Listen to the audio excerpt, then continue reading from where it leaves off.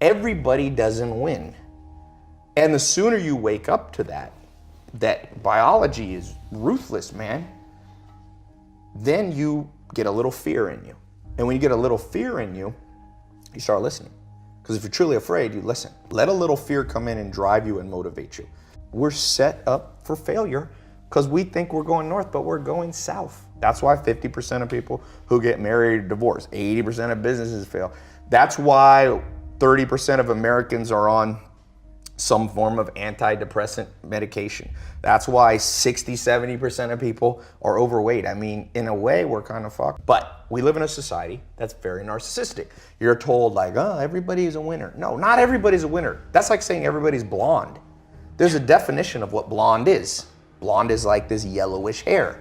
So you lose meaning when you start going, everybody's blonde. When you see your life and anytime there should be pain, you go, no, no, no, no. It was just how it was meant to be. No, look yourself in the mirror sometimes and go, you know why I'm not happy? It's because I didn't listen 10 years ago and I got in the wrong career. You know I'm not happy? Because I married the wrong damn person. It wasn't meant to happen. Yes, everything happens for a reason. You made a bad choice, but it didn't have to be that way. And the second you build up pain, and this, by the way, is not my opinion. If you talk to guys like Dr. David Buss, top 10 most cited psychologist in history, okay? He's one of my main mentors. He told me, I said, do adults change? Like, we do all this self-help videos and podcasts. I said, am I wasting my time? He goes, yeah, kind of. I said, why? He said, well, after 25, it's very hard to teach old dogs new tricks.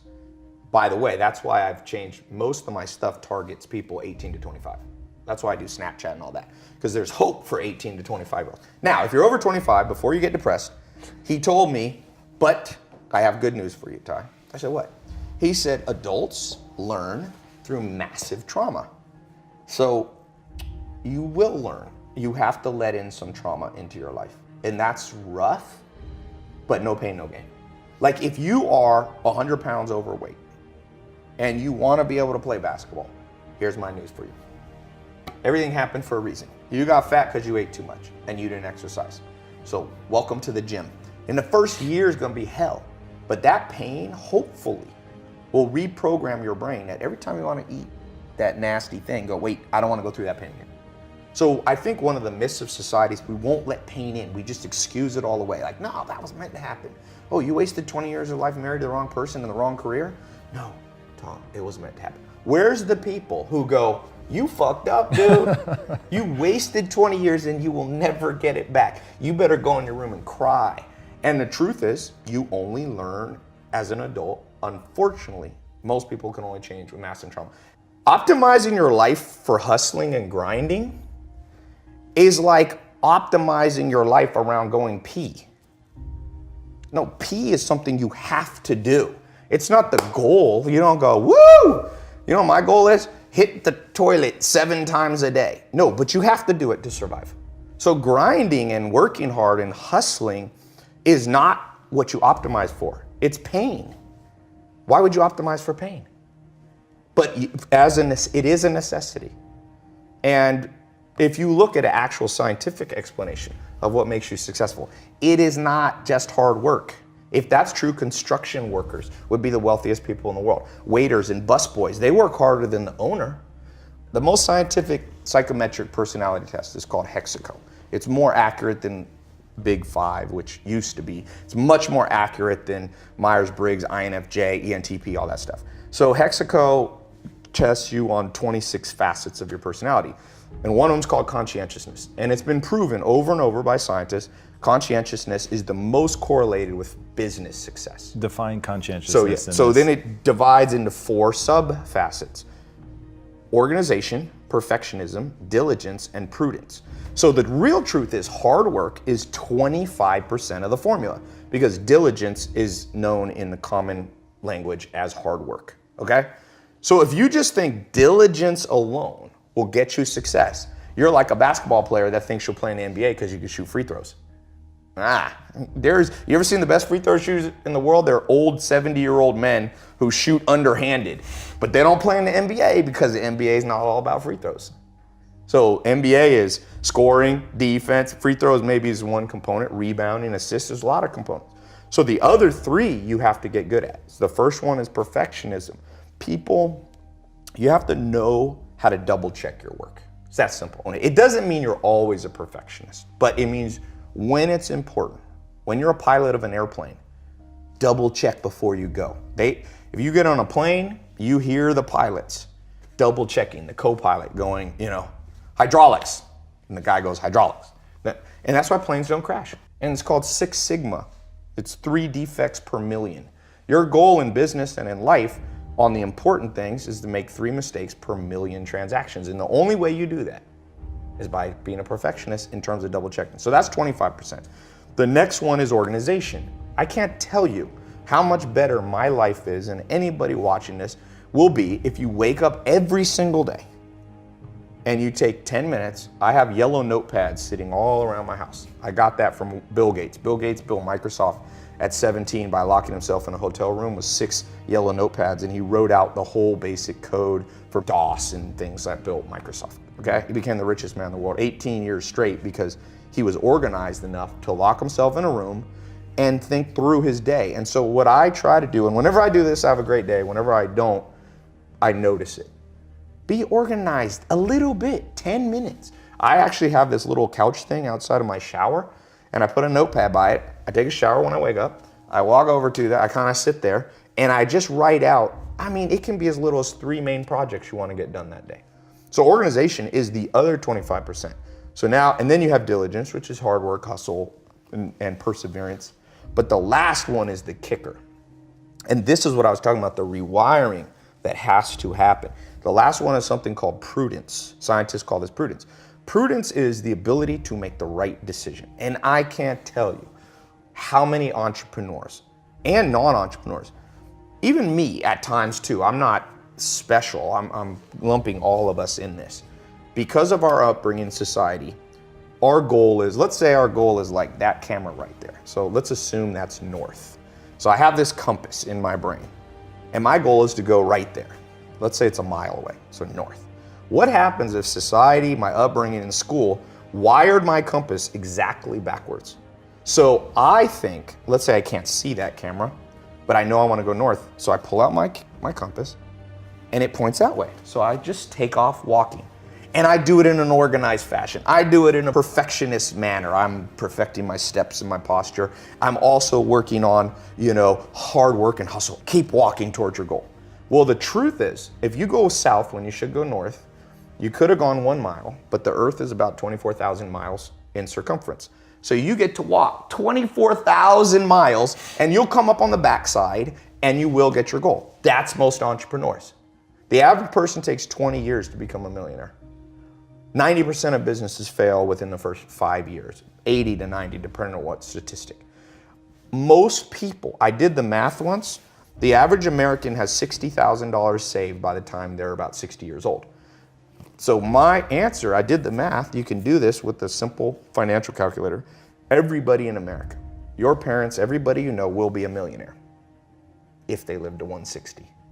At 160 years old, if you take 60 grand at age 60 and you give it a decent return on investment, 8%, 10%, you'll be a millionaire at 160. But the problem is, the great philosopher, I think it was Aristotle or Socrates, said, the problem is art is long, but life is short.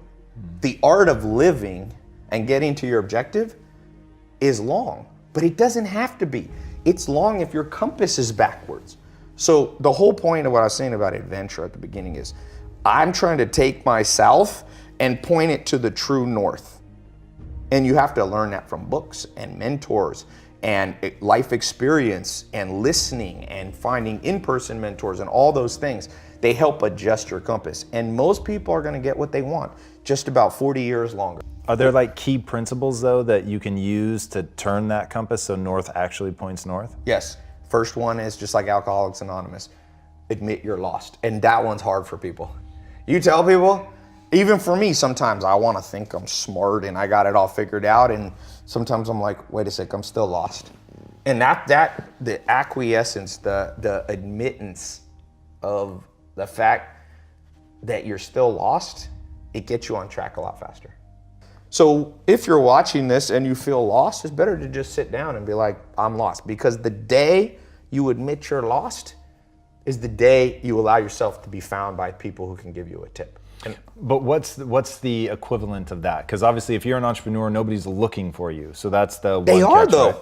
Who is? They are. You go to Barnes & Noble, people selling their books. They're looking for you as a customer. So read. Read. I mean, the fact that people argue with me on this reading thing, and people argue with me about mentors. No, just use your own gut feeling. Is that how you learn English? When you were 2 years old, you use your gut feeling to start conjugating verbs? No, you learn from other people. You learn manners, you learn language, you learn all things valuable. You learn to drive from another person. So doesn't it make sense you learn life? So books are just the mentors who maybe are dead now. You want to learn about Steve Jobs? He ain't alive to teach you. But you can learn through accumulated wisdom. And that's why, trust me, very few powerful businessmen I've ever met don't read a lot. Warren Buffett, who I think is the best businessman by far in the world, he has 75 companies that he pretty much runs, 200 billion in revenue. He reads 8 hours a day. He reads 600. He said he slowed down in his old age. He only reads 500 pages a day. Bill Gates goes on reading vacations. Mark Zuckerberg just started a reading once a week book club on Facebook. It already got a couple million followers. And now with audio books, there's no excuse. You got YouTube videos. Let this thing run in the background. And it's better if you can find it. I mean, better than books is in-person mentoring. That's why I do a podcast. I started Google AdWords in 2001. Okay, I got lucky. I just stumbled and I was one of the first people to ever use online advertising. I was in, I think, the second month Google AdWords launched.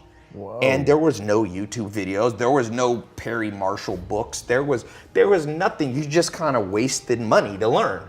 Now, we're the most spoiled generation. Everything, this computer on this phone, iPhone 7, is more powerful than the first rocket that put man on the moon. That cost billions of dollars. Now we get that for under $1,000.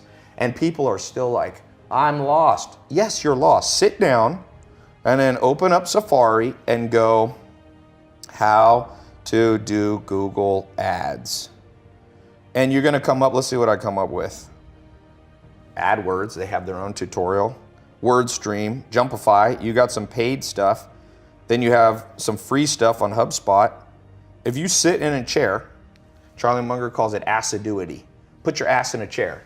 Sit there and focus without being, the average American right now, the average person in the world, our attention span has dropped to 5 seconds. The sad news is the average goldfish has 6 seconds. We're now competing with goldfish and the goldfish are winning. So if you don't have assiduity to sit down, read, there is no solution for you. You will always be poor because you'll always be beat by somebody who's willing to sit in the chair. Is there a way for people to build that discipline? Yes, pain. And that's why I'm not a big believer in delusion. You asked me one of the rewiring things we have to do in this world. I'll tell you one. You ever heard this myth? Everything happens for a reason, so just accept it. Well, there's kind of truth to that. If I jump off a building and break my legs, yes, everything happened for a reason. The reason was gravity. Like that's why you break your legs, and physics. Legs brittle, concrete not brittle. So, but people interpret everything happens for a reason, be like, well, I was meant to learn from that thing, and then BS. Read Richard Dawkins' The Selfish Gene, one of the most important books written in the last century. He says, organisms that only learn through trial and error lose to organisms that can learn through other people's trial and error. Is anybody here, we got a little live audience, anybody here ever had to be hit by a car to learn to look both ways? I didn't. I kind of learned from just somebody telling me, big car, 2 tons, velocity, smash, dead. And I now always look both ways. So if your myth is that the only way you're gonna learn is just through massive mistakes and trials and error, you haven't read Richard Dawkins' book. If you believe in evolution, or even you don't, you believe in creationism or whatever, why do we have big brains? Because we do have the biggest brains on planet Earth. Not always use them, but we got the biggest potential. It's to be able to, what Richard Dawkins called, project. So you can literally sit in this chair and predict outcomes without having to do them. And because we're all narcissists because of society and Instagram and all this, and I'm guilty of that too, we don't like to be uncomfortable because a narcissist's story to themselves is, you're the best. And so your worldview is messed up. That's a wiring issue.